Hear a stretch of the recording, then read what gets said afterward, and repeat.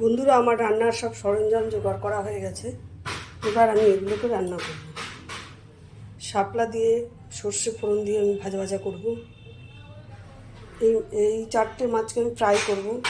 আর এটা পোস্ত আর সর্ষে দিয়ে ঝোল করবো একটু মাখা মাখা মতন। যেই ফ্রাইয়ের জন্য এই মশলাটা আর সর্ষে পোস্ত দিয়ে হবে। আপনারা দেখতে থাকুন আমি কীভাবে রান্নাটা করি। আমি গ্যাসটাকে ধরিয়ে নিচ্ছি।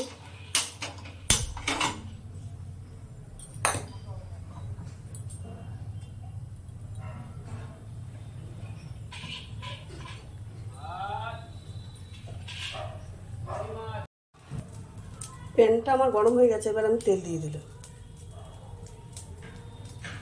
আমি সাদা তেল দিয়েছি ফ্রাই করার জন্য।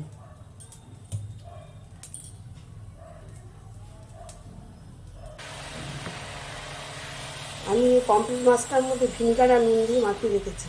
এবার আমি প্যানের মধ্যে একটা করে মাছ দেবো।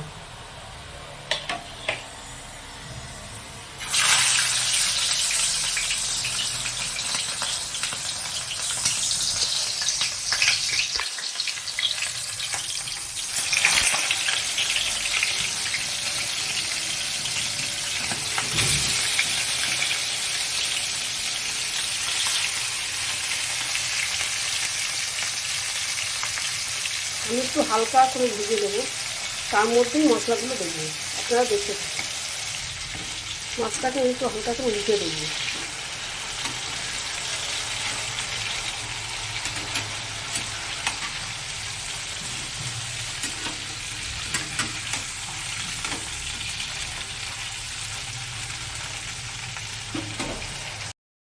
আমার মাছটা মোটামুটি হয়ে গেছে। এর মধ্যে আমি আদা, পেঁয়াজ, রসুন বাটাটা একটু দিয়ে দেবো।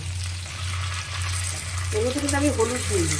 হলুদটা আমি দেবো না, যেহেতু মাছটা ফ্রাই হবে সে কারণে হলুদটা আমি দেবো।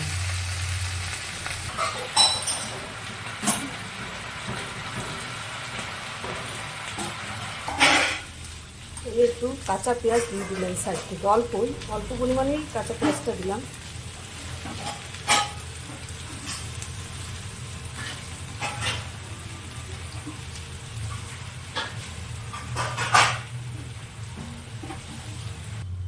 আমার একদিকটা হয়ে গেছে, আমার আরেক দিকটা হলে আমার ফ্রাইটা ঠিক কমপ্লিট হয়ে যাচ্ছে। ফ্রাইটার মধ্যে আমি একটু বিট নুন দিয়ে দিলাম।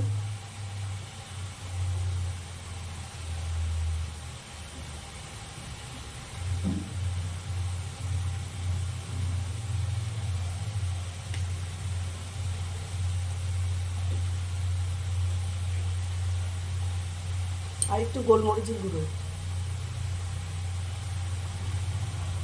এটা বানিয়ে দেখবেন, আশা করি সবার ভালো লাগবে।